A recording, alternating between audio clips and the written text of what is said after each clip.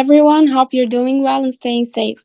Thank you all for joining us today in the E3 conference and exhibition in its third year 2023. My name is Maguire, Senior Gas and Petrochemicals Engineer student. I'm pleasure to be with you today. Now, let us welcome one of our prominent invited speakers, Mr. Bruce Bullock, the director of Maguire Energy Institute.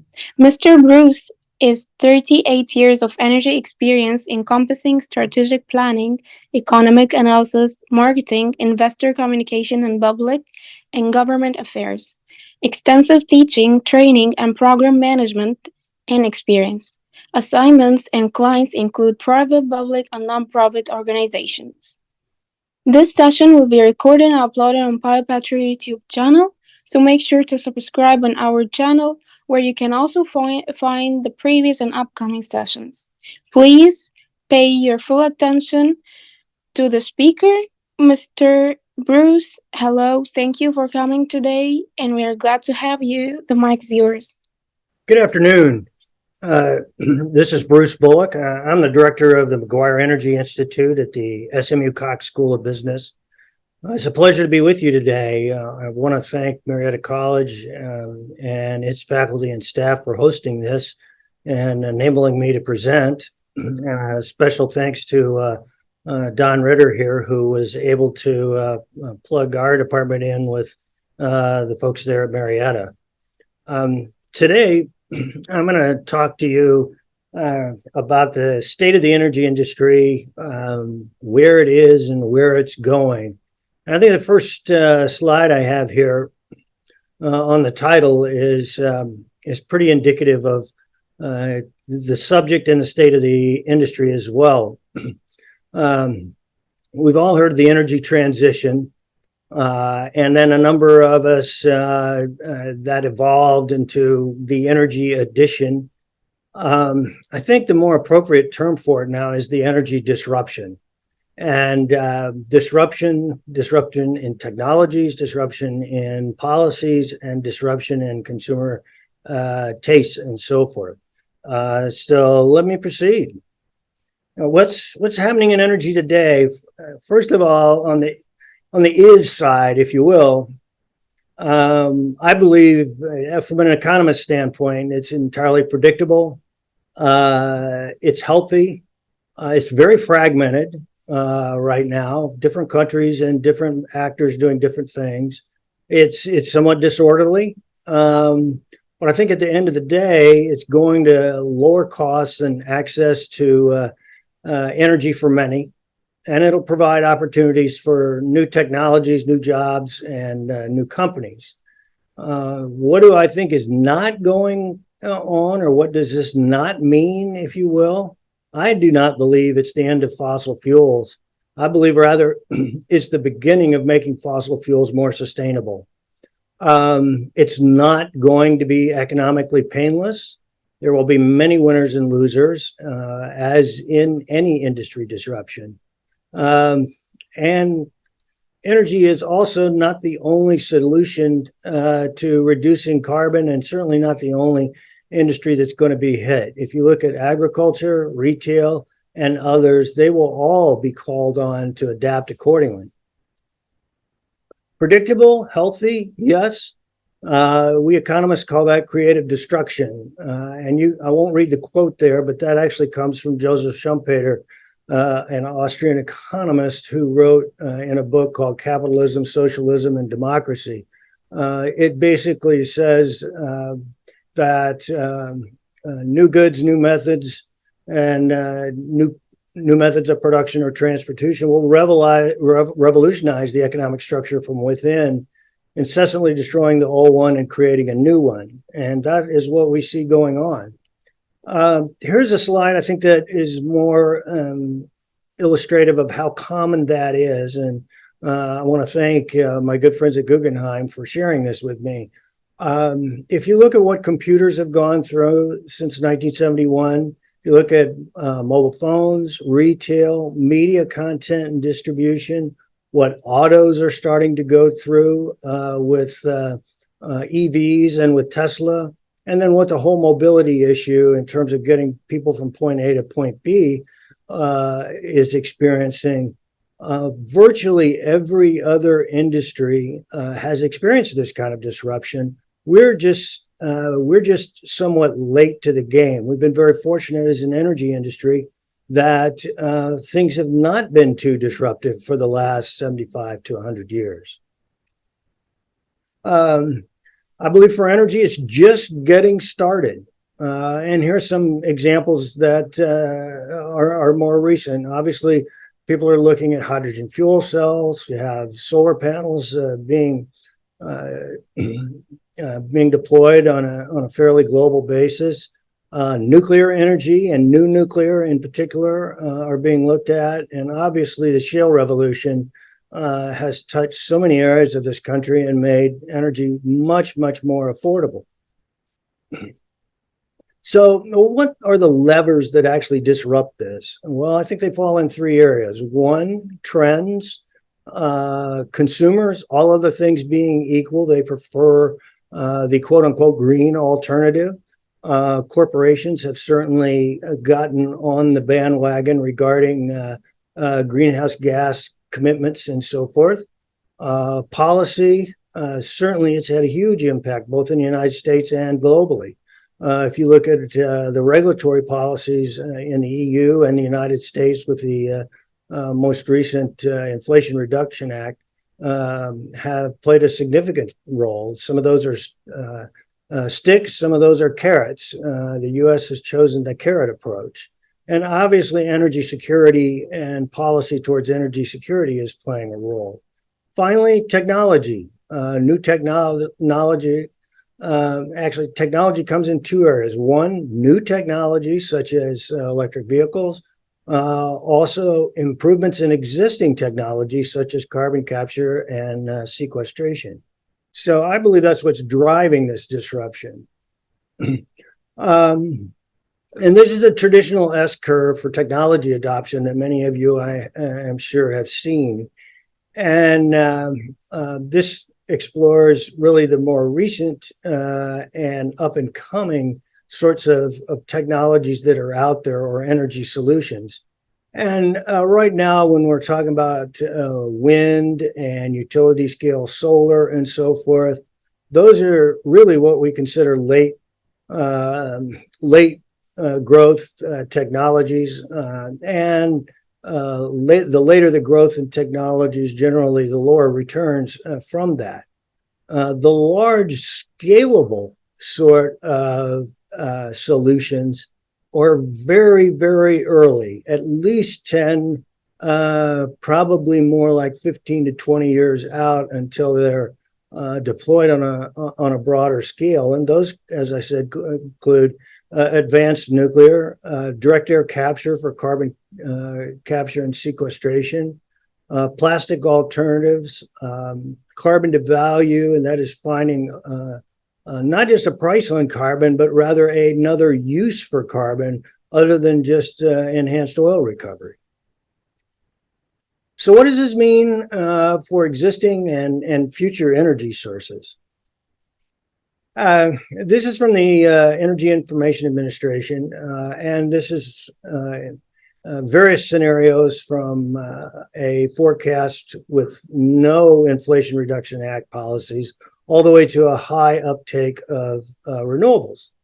And it generally shows that solar and wind generate around half the electricity by 2050, but fossil fuels remain a significant portion of the energy mix. This is a more recent a forecast that was put out on October 23rd. And I find this somewhat interesting. It essentially shows, again, fossil fuels to a certain extent, especially liquids or oil, remaining fairly flat. But it does show, especially in high economic growth cases, the potential for increased use of natural gas. And that's something that I think most people that have involved in the industry itself believe will in fact occur. So depending upon the economic growth scenarios, we could be or are likely to be producing actually more fossil fuels for power consumption and so forth in 2050 than we are now. However, that's dependent on a number of things. The capital needs for this industry are significantly challenging. I think we've all heard the concerns that have been raised on the part of institutional investors with ESG requirements and so forth. That's all true, but there are also some other fundamentals that I think bear looking at, and is going to require definitely some new capital instruments and some new capital solutions to actually fund the industry going forward. And by the industry, I mean all of energy. Most energy capital that's invested, certainly in the last, say, 5 to 8 years, has been what we call short cycle capital rather than long cycle capital. And investors have drove that, and the shale revolution has certainly provided that. We've been able to get a return on our investments much quicker than, say, when we had a 20-year horizon on a conventional producing development. Investors in energy have also traditionally favored a high risk, high return model, if you will. However, these newer policy driven markets that we see being created, whether it's for EVs or whether it's for other types of energy, tend to be lower risk because there are some mandates in them and some requirements on the part of authorities. They also tend to be lower return. So that's a fundamentally different investor profile than what have traditionally invested in oil and gas. A lot of these requirements are just now becoming evident, and they may well be understated. As those of us who have spent some time in the energy industry know, larger energy projects, I would say especially large offshore projects and so forth, are seldom finished on time and on budget. So that moving forward for new energy will also be a hurdle. Energy investors are also characterized by a herd mentality. And a herd mentality usually results in disruptive technologies either being underinvested or actually they sometimes never come about. And we've seen that in shale. We've seen that in traditional renewables and so forth. It is a very herd mentality in terms of investments. And that I don't mean to characterize energy investors only. Certainly, if you look at tech and other types of disciplines that are out there that people invest in, herd mentality is certainly a significant problem in a number of industries. Here again, I combined some material from my friends at Guggenheim as well as Boston Consulting Group, and this is a forecast of the capital that's going to be needed over the next 30 years to electrify and decarbonize the global energy system. And we're spending roughly $1.5 trillion a year now. That's going to have to go north of $4 trillion a year by 2050. And that is certainly not all investments in renewables. That's investment in carbon capture, that's investment in hydrogen, investment in oil and all other forms of energy as well. So that is a significant hurdle that the industry will have to overcome. But I think this disruption at the end of the day will be a significant benefit to the U.S. and the traditional petroleum industry. The traditional industry that we've known for so many years is really the only industry globally that can address energy at scale. New energies that are at scale will provide opportunity for companies and people, but they have to be scalable and they have to be scaled, which are two different things. And this industry, given its cash flow, its capital base, and so forth, is likely the only industry that can address those issues. Some good news from the last few years is higher oil prices have certainly reversed the oil and gas industry's gap versus other industries in total shareholder returns. So investors are looking at us now in terms of our numbers versus other sectors, and they look much better. So we're likely to get a second look from investors going forward, more so than we have in the past 5 years. Capital requires returns as well to foster additional investment. Many sectors in new energy are burning capital at a fierce rate. And I would point out EVs at this point, the exception being Tesla. But if you look at the challenges that the big three in the United States are having, they've pulled back their demand forecasts. They're losing money on it. That has to end at some point, or they either go bankrupt or they don't attract capital anymore. It's very difficult in the EV market right now to see where returns are going to come from. They don't appear to be coming from the auto industry itself, certainly not in the foreseeable future. Actual charging stations and things of that nature, their economics are suspect at best, depending upon what kind of scale you can create there. And as we go forward, we will become infrastructure constrained to actually be able to provide additional charging stations and so forth. So that will be a challenge. The equipment itself, obviously a lot of technology being developed in those areas. And I think it's something that offers some promising areas. And even new energies require traditional hybrid carbon expertise. Geothermal wells require wells, downhole expertise, that type of thing. We're even, as you know, looking at lithium extraction from produced water as a possible promising development. So I think there's a lot to be, I think there's significant opportunities going forward for both traditional energy and new energy. And we've seen the traditional verticals, if you will, in this industry, oil and gas, power, oilfield service, those kinds of things have largely been collapsing. So companies can either work with each other or build critical mass to move those technologies forward. So coming up on 20 minutes now. I appreciate everybody listening, and I'm happy to take any questions.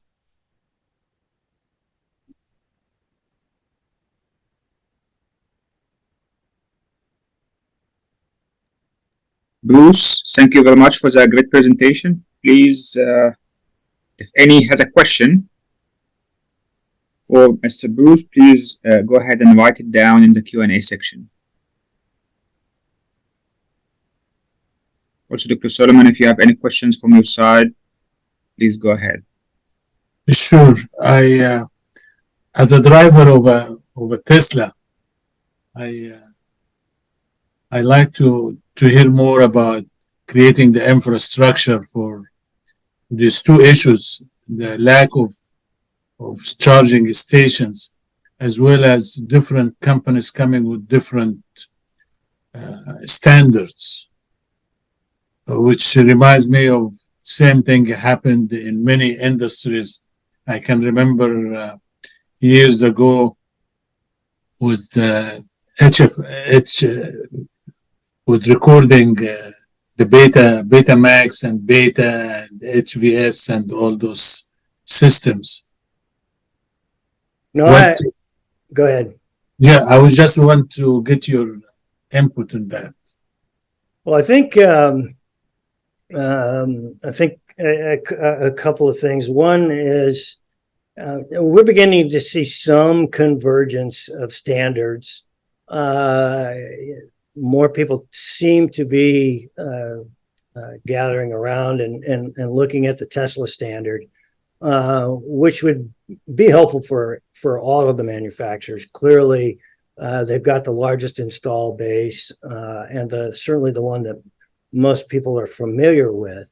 And charging anxiety is still an issue in the EV space, but I think to a certain extent, Tesla has been able to overcome that because they're such high performing cars as well.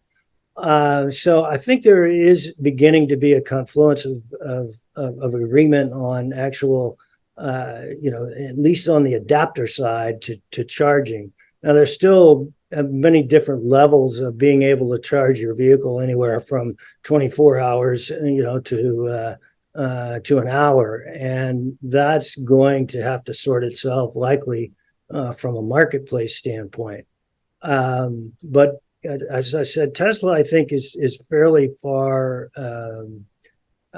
out in front of that. I think the biggest issue too, that needs to be talked about, and I do not have an electric vehicle, but I have several friends that do, and really enjoy them, is the mindset and your habits are different if you have an electric vehicle. Instead of stopping at the local gas station before you go in the morning, then you may charge it while you go shopping, or you may charge it while you're in a restaurant for dinner.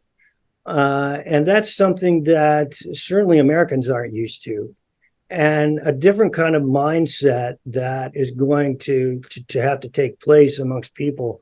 And I think it is beginning to happen. We've got a large charging station about a block from my house, and it's around a lot of restaurants and so forth, and it's a perfect place.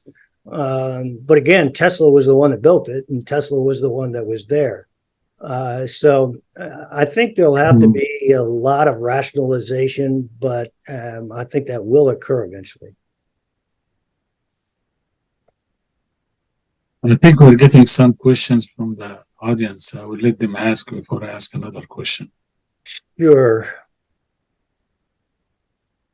So do you like me to read the questions for you? You may, yes. Okay, so what policies or changes do you think the government can implement to increase, to incentive investors to inject capital into the nuclear and CGL spaces? Well, I think there's a couple of things that can be done. We've certainly with the IRA incentivized quite a bit of development in the nuclear area as well as other areas. I do think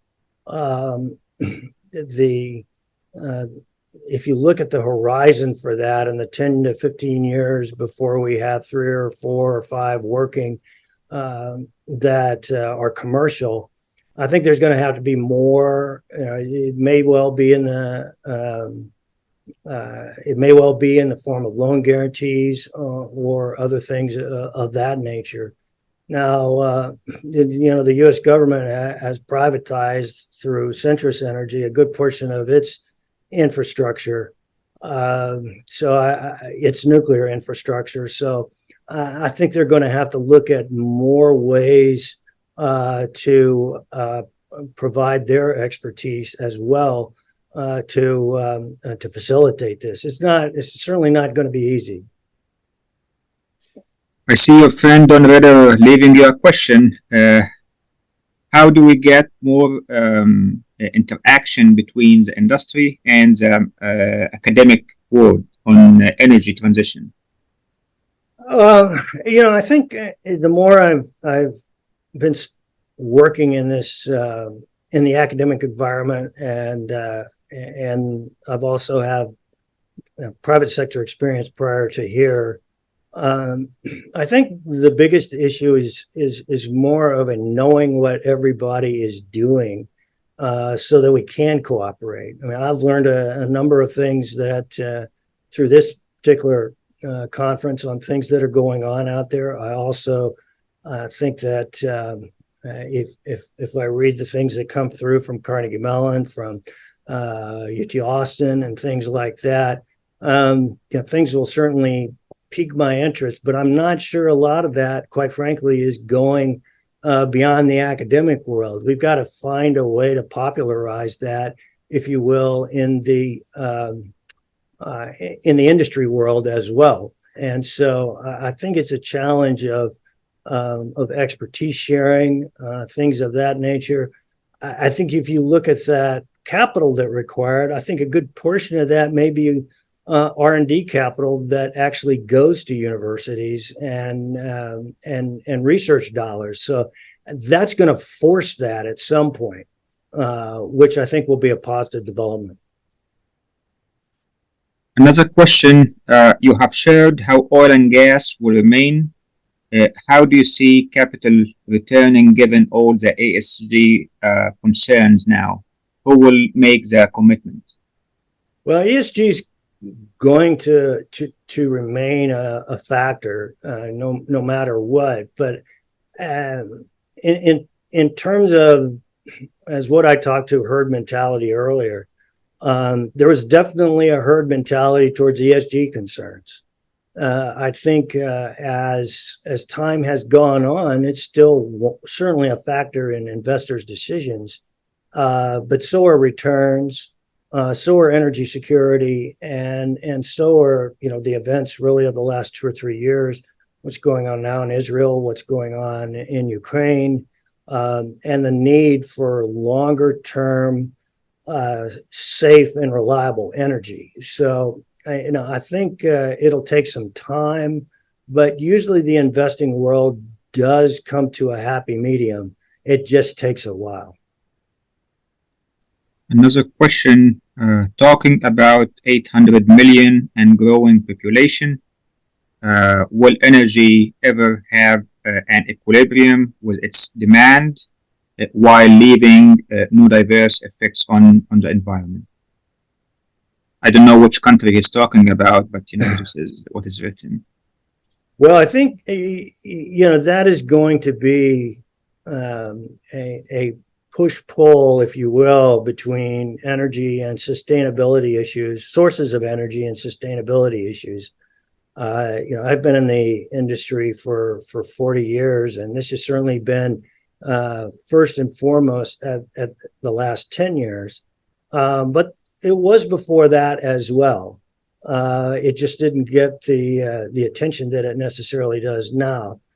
I think that going forward, that as I said, I think this will balance out, but it does take time. And if you look back through the other industries, especially the tech industry and things like that, it's been a source of constant disruption, and I think that we will see constant disruption in this industry going forward as well. Another question, we just saw Shell announced a huge layoff in the renewable business. They used to loudly promote. What is your take on this? If the large company can do this, are we really only delaying, emissions mitigation? It's an interesting question as to whether or not we're delaying it or not. I mean, certainly as technology proceeds and things become factors of production, things of that nature become less expensive, then these businesses at some point will certainly return higher returns. But we've looked at Shell, we've looked at BP, we've looked at others when a lot of these initiatives were announced. And if you looked at the pure numbers at the time, it was going to destroy a fair amount of value. And I think that certainly investors are beginning to realize that, and the management of a number of companies as well. And you have to do two things at once if the energy system is going to evolve. You have to make good returns on what you currently do, and at the same time, you have to develop a new business that it will also please investors. And that's a very difficult challenge. One of the students asking, do you accept at Cox School of Business grad students or giving scholarships or things like that? Maybe he's an international student, I believe. Yes, we do. We have a very active graduate program. It's an MBA. We also have a Master of Science, a one-year program, Master of Science in Finance.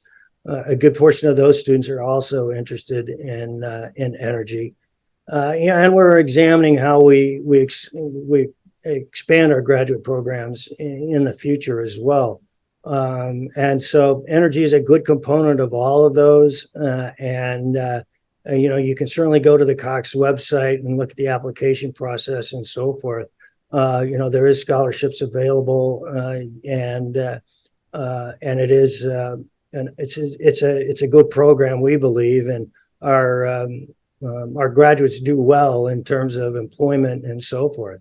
One of the bigger challenges right now is there are a lot of people, even though they want to get a graduate degree, they do not want to leave the industry right now. So we have a good number of our students in our online programs that come from the energy industry. Do you offer any kind of sponsorship or assistance for international students or not? Not so much a specific sponsorship, but we do evaluate need and merit and other types of factors in providing a substantial amount of financial assistance. Okay, another question. We have seen the offshore wind market take a pretty big hit recently, especially Ørsted. A part of this due to a relatively high interest rate.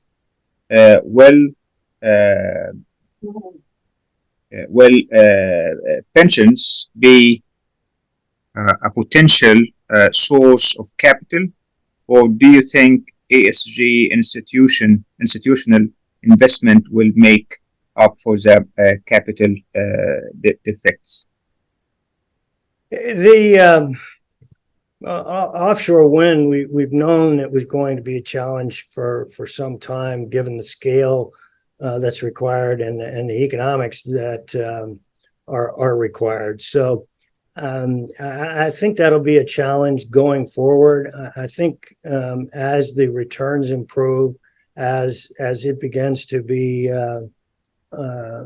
expanded at a greater rate, it may the returns may well go up. One of the challenges is standardization and so forth. While there are standard wind turbines, there are standard components and things of that nature.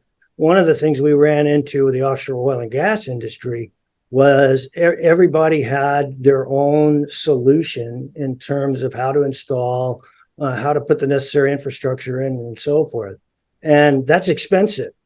And so the offshore wind industry is going to have to do a fair amount of standardization.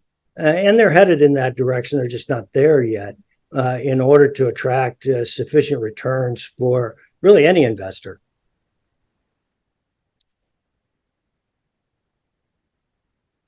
I see it in Reddit again asking a question. Are scope 2 and 3 emissions here to say with ESG, who will enter the oil and gas space with this overhang? Another question, will there be a discount on M&A for oil and gas companies without internal offsets? It's a very good question on the M&A point. A couple of issues right there. We're still seeing consolidation. We saw ExxonMobil's purchase of Pioneer and Chevron's purchase of Hess. I think the good news on those is that at least based upon the metrics that we have now, it doesn't look as if they paid a premium that we might have seen say back in the last decade when a boom was underway. That's certainly going to keep, if you will, economics certainly at the corporate level in a much better situation to evaluate projects going forward and so forth. So I think that's a good sign. We're seeing a lot of we're also seeing mergers of equals. And sure, there's a premium. Shareholders want a premium if they're going to be sold, but it's certainly not what we saw in terms of the frothy 2010s. Another question, how can we increase the greenness of industrial technologies without affecting the financial aspects? That's certainly a difficult question to answer, but I think the ultimate answer is every industry going forward is going to have to meet a lot of these standards, not just oil and gas. I mean, if we look at the construction industry, we look at cement, we look at other things that there's going to have to be a significant change in practice in a number of industries if we're going to meet any kind of greenhouse gas emission goals. And investors in general are not going to just be exposed to it through our industry, but they're going to have to evaluate across a wide range of industries, which in turn will make them, I think, much more understanding of the technology behind it and so forth. Well, let me ask you a question, or make a comment. Most of the transportation, driving cars contributes a lot to greenhouse effects, so the CO2. And I look at it and I see that probably electric cars, at least in my estimate, in my point of view, is probably the best option. You may disagree with that, and you tell me why you think so. But even with the electric cars, it's the issue is rare earth elements that we don't have very much of it. At least when I say we, I'm talking about in the United States. And you look now at the production of electric cars, and I see that China produces a lot more than Tesla or the United States in that fashion. What do you think of that? What would be the way out of this situation? That's a very, very good question. And I think a couple of things. I think your point about the transportation being maybe a low-hanging fruit in terms of being able to address some of these greenhouse gas issues is very true. I mean, if you look at the portion of the transportation industry, it's clear light trucks and vehicles in their numbers and so forth are the ones that could easily be addressed first. So I think that's true. I think the other side of it, though, is we've yet to understand either consumer tastes and consumer concerns to the extent we need to. But we also need to look at what impacts that's going to have in terms of other mobility solutions. And there was an article a couple of days ago regarding the situation in Norway. And I've spent a fair amount of time in Norway, and their adoption of electric vehicles is very, very high. And they have very cheap power from hydro, and they have a limited geographic scope. So in a lot of ways, it's a perfect place to do this. On the other hand, they've started to determine that because of the electric vehicles and because of the good they're doing, people are shying away from mass transit and other solutions that had been put there and have been in place for a number of years. So I think it's not just an automotive issue. I think it's a transportation issue that's going to be looked at as well. Yeah. I'm a professor of petroleum engineering, and so you can see that I was involved very much in fracturing horizontal wells from the very beginning. I probably have the first paper on the subject that was published in the industry, looking at fracturing horizontal wells. So we were involved in all of that. So you can see I have some bias to, to petroleum. We published a couple of two papers, myself and the main author is a professor in the department. And we evaluated various types of energy versus petroleum. And we came up with the conclusion that was not very favorable to definitely to wind energy. Geothermal was okay. I will send you those two papers. We even produced a spreadsheet with it that I'll be glad to send you the spreadsheet also, where you can try various. If you don't believe our numbers, you can try your own input to it. Well, I would very much like to receive those, and I wouldn't question your numbers. I mean, a good friend of mine and a pretty popular commentator in this space is Robert Bryce, out of Austin, Texas, a journalist, and you know he's fond of saying if we didn't have oil and gas, we would have to invent it, and Yeah. and I think that's still the case. So let me send you that. I have your. I think I have your email address. That'd be If you great. don't, I will get it and I will send you the papers. You would, and we like to have your comments on it.